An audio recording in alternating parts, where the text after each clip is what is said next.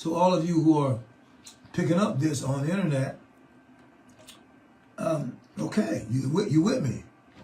And so it's important to understand that, but unless the Spirit quickens it, and he says it in John 6, it's the Spirit that quickeneth. Wow, what is that? The flesh profits nothing. What do you mean? See? There's a whole lot of things that Jesus said, even Jesus said, that without the help of God, we just don't know what he's talking about. Absolutely. We just don't have a clue.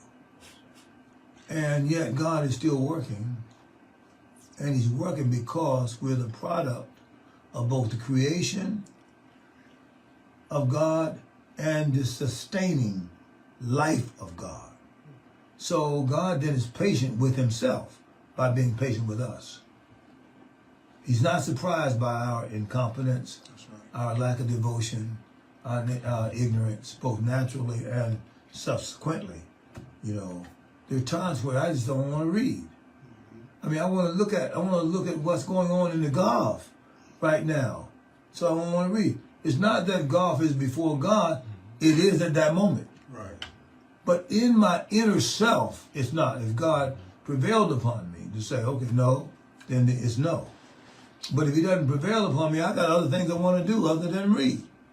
See? Mm-hmm. And if you can't be honest with God like that, then you don't get it. That's really good, Bishop. You don't get it. You got to be like, this is what it is. So then in Genesis 1:26, God then defines and says to us what he did in the creation, and he gets to the man, which is what I like dealing with. And then he defines also and describes his responsibility, like, and let them, in 26th phrase, and let them have dominion over. So there is a responsibility. Now, if you get sensible, not natural in your knowledge, how are you going to have dominion over a fish in the sea? It's in the sea. I'm gonna have to. I'm on the earth and it's in the sea. What am I supposed to do with those fish in the sea?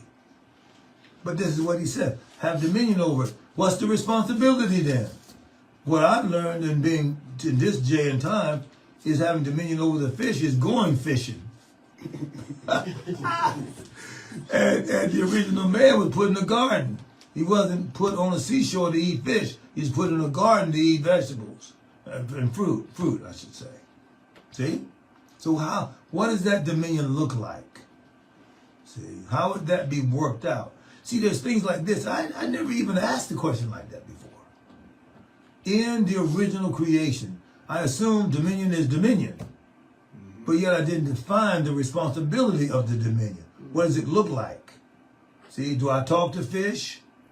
Can fish understand me? Can I understand them? Do I know their pathways? Can I discover where they go and where they come? Are they under me? Do they seasonally come to where I am? See, what waters are they? Can they get out of alignment by going in waters they're not supposed to? They're under me. Should I know that?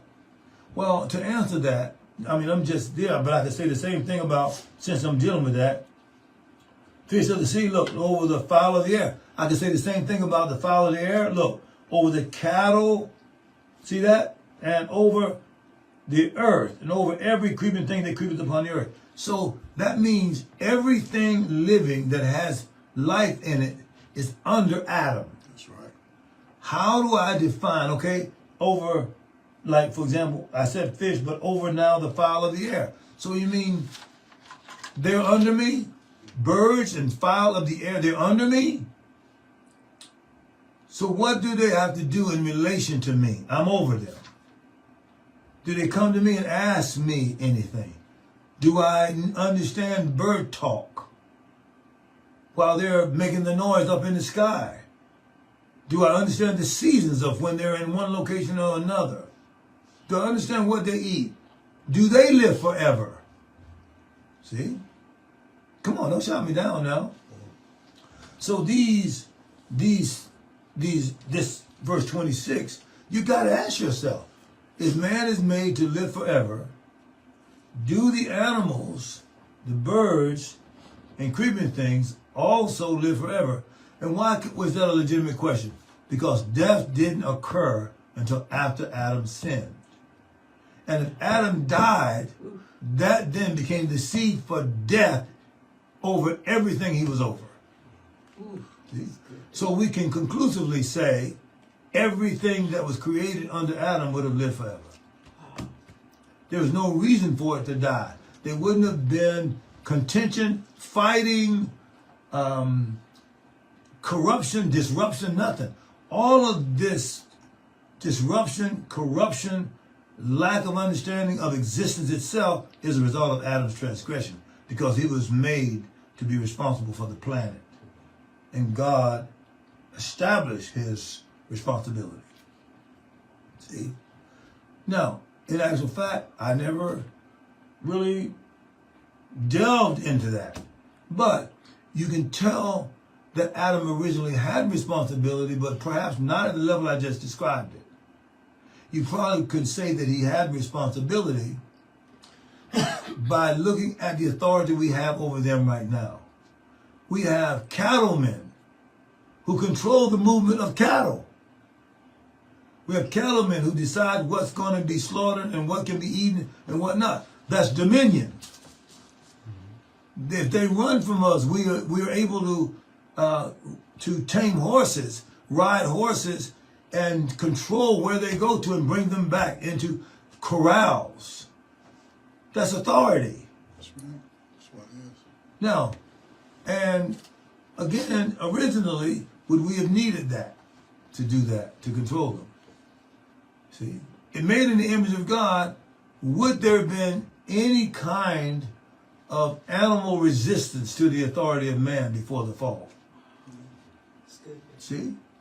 And that means cattle would have been where they were, doing what they're supposed to do, and stay in alignment with the created order, because God didn't create disorder.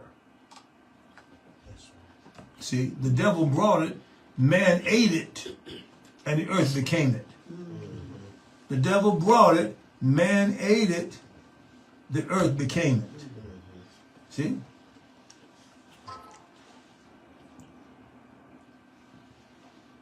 One of the ways you know that we have authority, Adam had authority of the devil, the serpent, is by what he had subsequently. Humble yourself under God, resist the what? Yeah. The devil, and he will what? Flee from you. That's redemptive authority. That's not creative authority. That means now man can beat the devil and the host down, but he has to now be told that. Everything that man knew originally was in the ability of who he was made to be like. There's too many categories. God wasn't going to sit there and tell him how you lead a bird and how you're going to lead cattle and how you're going to, handle. I said, I make you in my image after my likeness. All he had to do is stay in alignment with God, and he was godly.